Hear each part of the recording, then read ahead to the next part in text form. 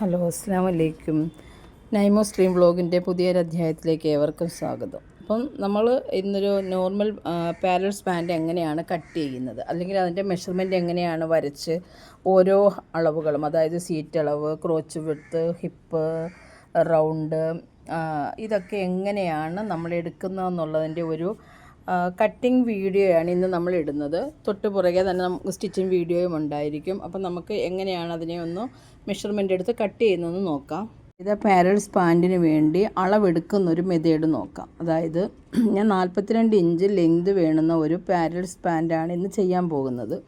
അപ്പോൾ അതിനുവേണ്ടി നമ്മുടെ കയ്യിലുള്ള തുണിയെ അതേണ്ടേ 4ആയിട്ട്, അതായത് നമ്മുടെ കയ്യിലുള്ള 2-2.5 മീറ്റർ തുണിയെ ഈക്വലായിട്ട് മടക്കുന്നു നീളത്തിൽ. അതിനുശേഷം നമ്മളതിനെ വീണ്ടും വിഡ്ത്തിലേക്ക് 4ആയിട്ട് മടക്കിയിട്ടിട്ടുണ്ട്. നമ്മൾ ഈ ഒരു എൻഡിൽ നോക്കിയാൽ ഇവിടെ ഒരു 4 ഫോൾഡിങ് കാണും, കണ്ടോ?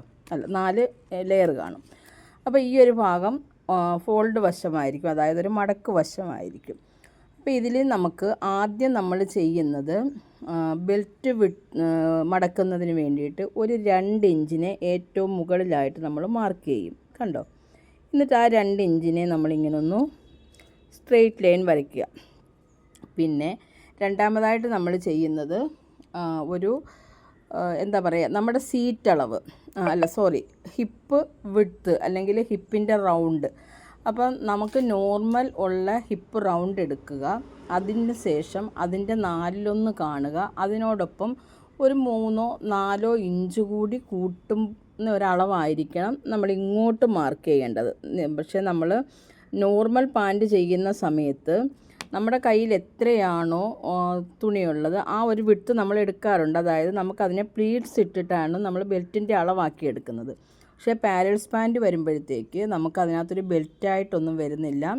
ഈ ഒരു നാട ഇടുന്നതിന് വേണ്ടിയുള്ളൊരു വള്ളി മടക്കുന്നതിന് വേണ്ടി ഇത്രയും ഒരു ഭാഗമേ നമ്മൾ, അതായത് ഒരു 2 ഇഞ്ച് മാത്രമേ നമ്മൾ മുകളിൽ നിന്നും വരച്ചെടുക്കുന്നു. ഇങ്ങോട്ടുള്ള വീതി എന്ന് പറഞ്ഞാൽ നമ്മളുടെ വേസ്റ്റ് റൗണ്ടിൻ്റെ 4/1 പ്ലസ് ഒരു 4 ഇഞ്ച് കൂടി, അപ്പോൾ തന്നെ ഒരു 10-16 ഇഞ്ചോളം നമുക്ക് എക്സ്ട്രാ കിട്ടുന്നുണ്ട്.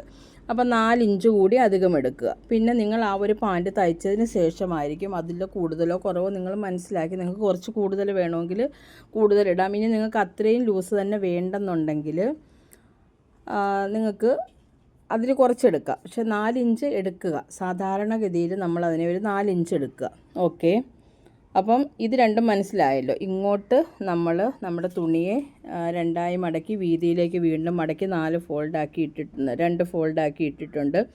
അതിനുശേഷം മുകളിൽ നിന്നും താഴേക്ക് 2 ഇഞ്ചിനെ നമ്മൾ ബെൽറ്റിന് വേണ്ടിയിട്ട് ബെൽറ്റ് ഉള്ളിലേക്ക് മടക്കാം. അതായത് നമുക്ക് ഇലാസ്റ്റിക് ഇടണമെങ്കിൽ അതിനെ മടക്കാൻ വേണ്ടിയിട്ടൊരു ഭാഗമുണ്ട്. അതിന് വേണ്ടിയിട്ട് നമ്മൾ 2 ഇഞ്ചിനെ അങ്ങോട്ടൊന്ന് മാർക്ക് ചെയ്ത് വെക്കുന്നു.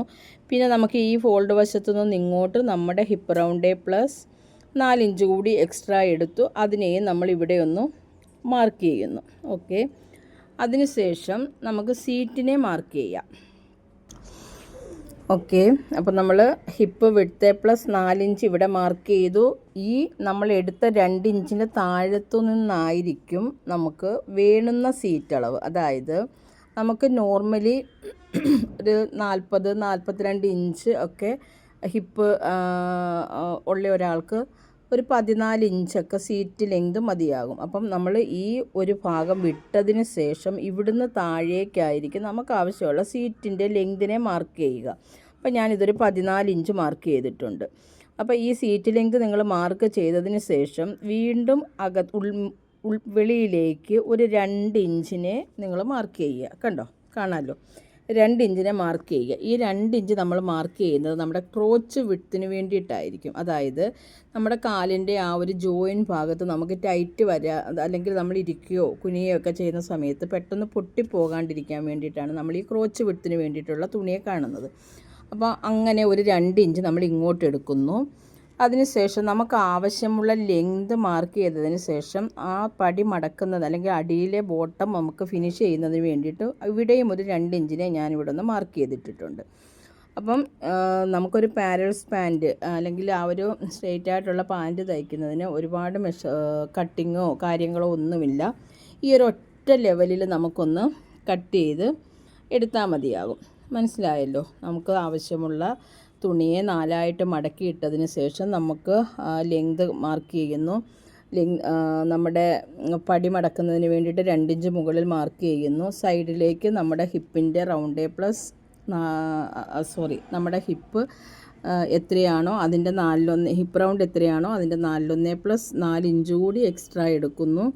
അതിനുശേഷം നമുക്ക് വേണ്ട സീറ്റ് അളവിനെ മാർക്ക് ചെയ്യുന്നത് നോർമലി ഒരാൾക്ക് 14 ഇഞ്ച്, ഒരു 50 ഇഞ്ചൊക്കെ ഹിപ്പ് റൗണ്ട് 50-55 ഉള്ള ഒരാൾക്ക് മാത്രം നമ്മൾ 16 ഇഞ്ച് 15 ഇഞ്ചൊക്കെ എടുത്താൽ മതി. ഇത് നോർമലി 14 ഇഞ്ച് സീറ്റ് ലെങ്ത് എടുക്കുക. സീറ്റ് ലെങ്ത് എടുത്തിടത്തു നിന്നും വെളിയിലേക്ക് 2 ഇഞ്ചിനെ നമ്മൾ എക്സ്ട്രാ മാർക്ക് ചെയ്യുന്നു.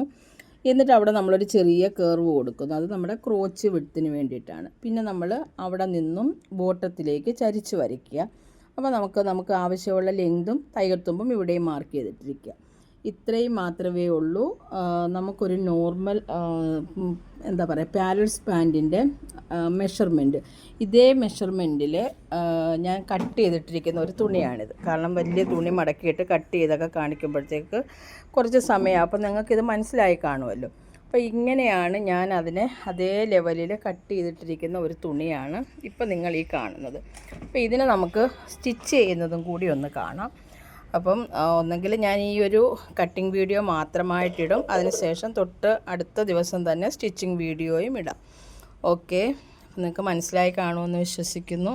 ഇന്നത്തെ എൻ്റെ ഈ ഒരു ചെറിയ വീഡിയോ എല്ലാവർക്കും ഇഷ്ടപ്പെട്ട് കാണുമെന്ന് വിശ്വസിക്കുന്നു. ഇഷ്ടപ്പെട്ടെങ്കിൽ ലൈക്ക് ചെയ്യുക, ഷെയർ ചെയ്യുക, സബ്സ്ക്രൈബ് ചെയ്യുക.